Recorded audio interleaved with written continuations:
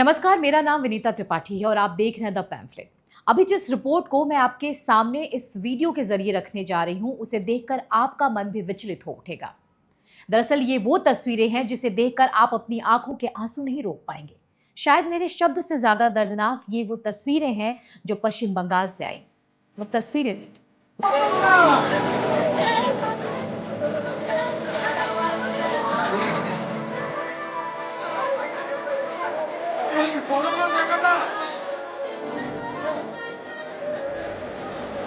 क्या करेगा घर में जाके?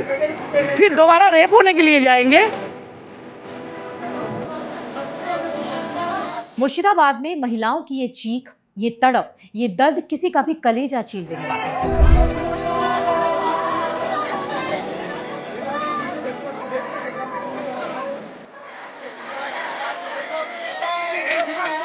इस्लामिक कट्टरपंथियों ने हिंदुओं पर कितने अत्याचार किए हैं, वो इन माँ बहनों की चीखों को सुनकर समझा जा सकता है।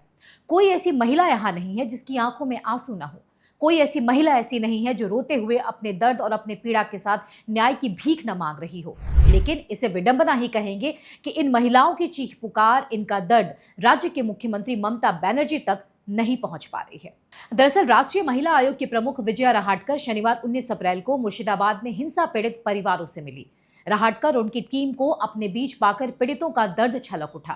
धुलिया से जो तस्वीरें सामने आई हैं, उसमें पीड़ित महिलाएं तो जमीन पर लेटकर रो रोकर अपना दर्द महिला आयोग की टीम के सामने रख रही हैं। महिलाओं के ऊपर क्या गुजरी, इसकी पूरी आपबीती महिलाओं ने महिला आयोग के सामने रखा।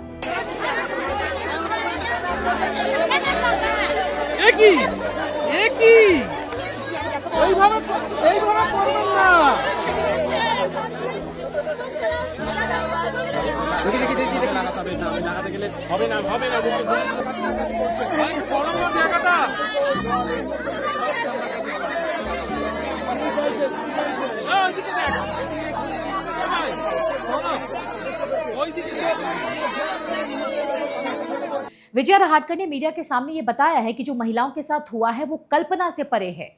उनके घर जला दिए गए, उनके घर से उन्हें जबरदस्ती निकाल दिया गया। कितनी ही ऐसी महिलाएं हैं जिन्हें सेक्सुअली अब्यूज किया गया है। मैं इतना एक ही बात कहूँगी कि जो वो बात कह रही है, ये बात कल्पना के बाहर से है। महिलाओं को बहुत तकलीफ हुई है। इनके घर भी जले गए हैं, इनसे फोर्सफुली इनको घर से बाहर निकाल दिया गया है।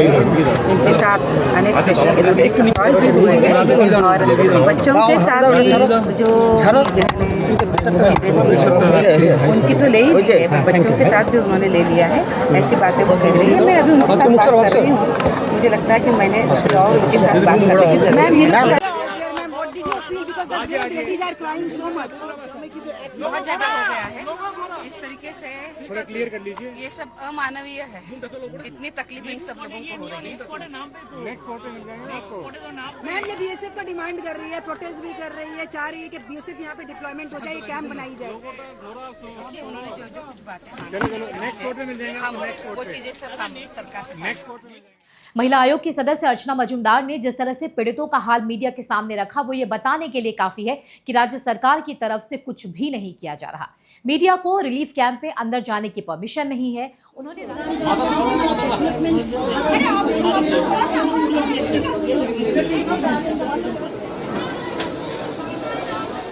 उन्होंने राज्य सरकार की व्यवस्था पर सवाल उठाते हुए कहा कि आखिर कैसे महिलाएं अपने घर लौटे, क्या दोबारा अपने साथ रेप होने के लिए वो घर जाएं?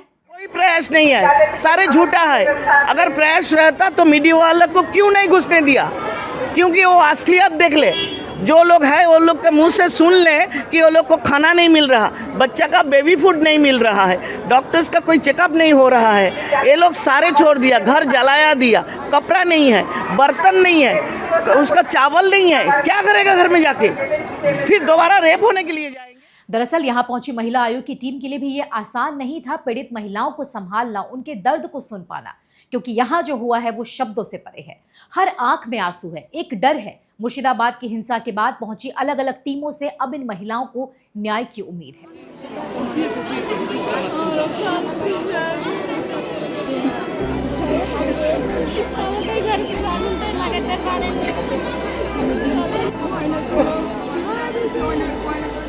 लेकिन रिलीफ कैंप पे रह रही महिलाएं कह रही हैं कि अगर हमें बीएसएफ कैंप में नहीं रखा जाएगा तो हम जिंदा नहीं रह पाएंगे। দিয়ে জানটা বাঁচিয়ে আমরা তাড়াতাড়ি করে পালিয়ে চলে এসেছি বাবা। এই বারামি লোকটাকে নিয়ে আমার সব নিয়ে আমার কিচ্ছু ছিল না। বিএসএফেরা আমাদেরকে পাস করেছে, যে ডাক ভালো হয়ে আমরা এখানে পাইলিয়েছি। বিএসএফ ক্যাম্প চাইয়ে বাবা, না তো আমরা ওখানে বাস করতে পারবো না বাবা রে। अब बताइए, क्या ये मार्मिक तस्वीरें झूठी हैं? क्या महिलाओं की चीख पुकार बनावटी है? क्या उनका दर्द झूठा है? अगर नहीं तो क्यों मीडिया को उन पीड़ित महिलाओं से बात करने से रोका गया? वे रिलीफ कैंप में किस हाल में रह रही हैं, जहां न खाना मिल रहा है न ही छोटे बच्चों को दूध? ये क्यों मीडिया के सामने नहीं आने दिया गया? क्यों राज्य की ममता बनर्जी की सरकार जिन प्रयासों के दावे कर रही है वो जमीन पर नहीं दिख रहे? क्योंकि कुछ हो ही नहीं रहा है। इन पीड़ित महिलाओं की सुनने वाला कोई नहीं है। इन्हें नहीं पता कि ये कब और किस हाल में अपने घर लौटेंगे या फिर लौटेंगे या नहीं, क्योंकि ये बंगाल की विडंबना है, जहां चुनाव से पहले हिंसा, चुनाव के बाद हिंसा, और अगर केंद्र सरकार कोई कानून बनाए तब उसके विरोध में हिंसा। और इस हिंसा में मरता कौन है? हिंदू। बेघर कौन होता है? हिंदू। यौन हिंसा किसके साथ होती है? हिंदू महिलाओं के साथ। इन सब के बावजूद तथाकथित पत्रकार जैसे कि रवीश कुमार कहते हैं कि इतनी जल्दबाजी ठीक नहीं है, हमें फैक्ट्स एंड फिगर के आधार पर बात करनी चाहिए। अब इससे बड़ा प्रमाण और क्या हो सकता है रवीश जी? अगर इन तस्वीरों को भी रवीश कुमार जैसे पत्रकार झूठा और बनावटी बताते हैं तो उन्हें शर्म आनी चाहिए खुद पर और अपनी एजेंडा वाली पत्रकारिता पर। जाहिर है जैसे जैसे वहां टीम पहुंच रही है, रिपोर्ट्स के जरिए कई और भयावह सच सामने आएंगे। आपको हमारा वीडियो कैसा लगता है हमें जरूर बताएं। इसके अलावा अगर आपने हमारा यूट्यूब चैनल अब तक सब्सक्राइब नहीं किया तो जरूर करें। जय हिंद।